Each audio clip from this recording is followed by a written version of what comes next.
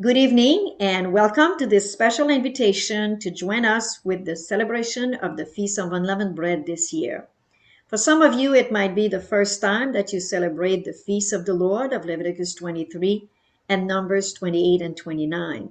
And we're so glad that you choose to celebrate them with us, whether with the Zoom sessions or by going to our library in 144,000 teachers and celebrating with us each one of the sessions that we will be presenting day by day for the next week here this month. The Feast of Passover, unleavened bread, and the Feast of First Fruits. 2,000 years ago, at this time this year, that would have been 2,000 years ago, the Feast of Passover was very late as well.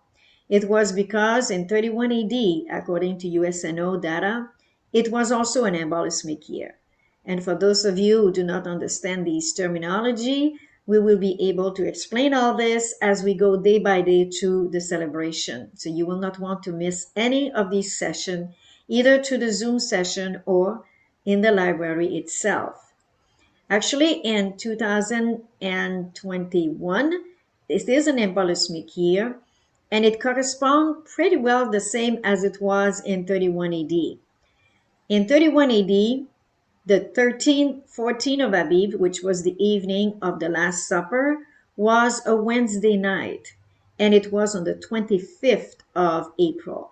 This year, tomorrow night, 13-14, will be the 27th of April. Today is the 26th, and so you have to kind of convert it like we do for miles and kilometer, and we will explain to you how to do that too. It's not as complicated as it sounds.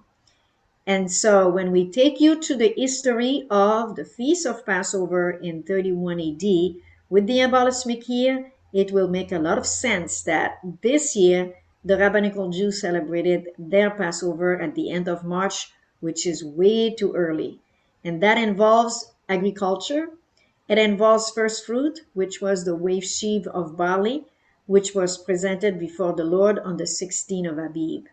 And you will not want to miss this year. Very special. We have some guests that will be not only celebrating the feast with us for the first time, but 26 of them that are joining in our school in Africa will be baptized on the day of first fruit.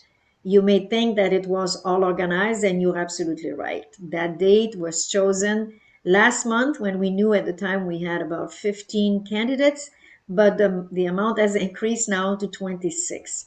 And these candidates have prepared themselves, they have studied, and now they are ready to join the family of God and have their name inscribed in the book of life. Some of us, we have done that too years ago, maybe for some of us.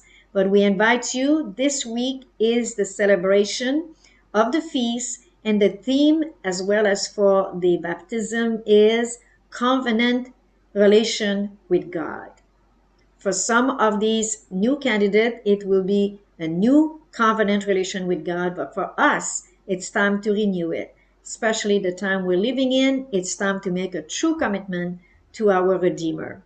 So we don't want you to miss any of those wonderful studies. So that's why you can join us by Zoom, or you will be able to revise them if you like on the library of 144,000teachers.org, and go to the section, the new section we have just prepared on the feast. So there will be some videos there prepared every day so you can celebrate the feast and understand further the wonderful meaning of the plan of salvation through the biblical calendar of the feast.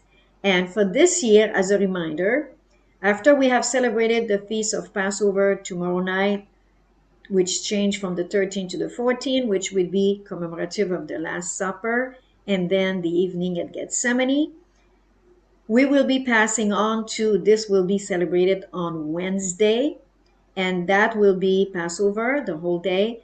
And then we will be passed on in the evening when Jesus Christ in 31 AD died. Then it goes on from the 14th to the 15th, and it changes then to Thursday. And then this is the Sabbath day as well. And the evening of the 15th, 16, which changed now to Friday, and this will be first fruit. That's the day of the celebration of those 26 candidates which will be baptized on the first fruit day. So it's really exciting. It's a wonderful, wonderful celebration. After 30 years of keeping the feast myself, I have never had such a wonderful, wonderful feast of having so many candidates being baptized and having their name inscribed in the book of life.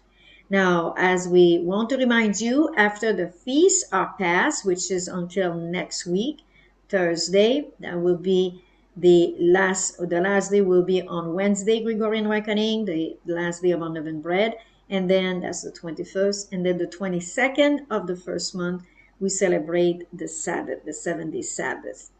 Now, we will wait another 50 days to celebrate the Feast of Pentecost. And this year, the Feast of Pentecost, which is always when we consider it in dates in biblical reckoning, it's the 9th of the 3rd month. And this year, because of the embolismic year, it makes it a little bit late, it will be the 21st of June, 2021, Gregorian reckoning. In the fall feast now, trumpet will be October 9, the Day of Atonement the 18th of October, and the Feast of Tabernacle from the 23rd to the 30th of October, Gregorian reckoning. And again, you may think it's late, but as you follow us day by day with the Feast of Unleavened Bread this year, we will be giving you a full information on why in 31 AD and in 1844 the feast seemed to have been so late. But they were not. They were right following with the moon, which was appointed for season by our Creator, according to Psalm 104:19. So we invite you to be with us. We invite you not to miss any of our important studies and session this year on the Feast of Unleavened Bread, which will start officially tomorrow night. And that will be tomorrow night when Christ would have had the Last Supper and the night in Gethsemane and his trial the whole night. And then the next day would have been Passover, where at noon he was crucified, and at the the 9th hour corresponding to 3 o'clock, then he would have died. So may the Lord bless you and cause his face to shine upon you and give you peace until we'll meet again tomorrow night. And remember, though right now things seems to be difficult, it's announcing Christ soon coming for the second time, and this time we're going home with him. And though it may seem kind of scary sometime right now with what's happening, keep up your eyes towards heaven, for our salvation draweth nigh. Now, I wish you a wonderful evening, and when we see each other again tomorrow night, he is coming soon. Our salvation is drawing nigh. Do not forget that. Maranatha.